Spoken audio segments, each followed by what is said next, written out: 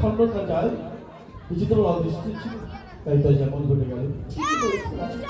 আমার অদৃষ্টি ছিল, তাই যে আমার হয়ে গেল দাদা। তাই বলছি তুমি এখানে ঘরে গেলে অপেক্ষা করো, তুমি তোর পিতাকে এখানে দেখাচ্ছি। ঠিক আছে মামা, মামা শীঘ্র এসো মামা।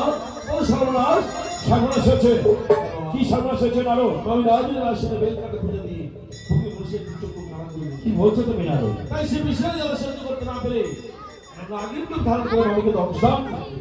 হ্যাঁ মামা, বদ্ধ ভাবনা খুলে বদ্ধ কি এমন ভালো খুলে ভাবনা বল মামা। আমি পাগলে ছিলাম, ভালোই ছিলাম। কেন কেন তুমি এই কৈলাসে আমাকে নিয়ে আসলে? কি বলছিস মা? পিতা, কৈলাসে এনে তুমি তোমাকে বলেছিলে মারি তুই তো মায়াবী, তুই ছোট্ট ধারণ করে ওই কুমণ্ডলের ভিতরে তুই প্রবেশ কর। তোমার কথাকে আমি অপরকম পালন করেছি।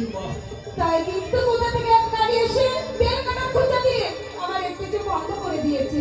বলো কিন্তু বলো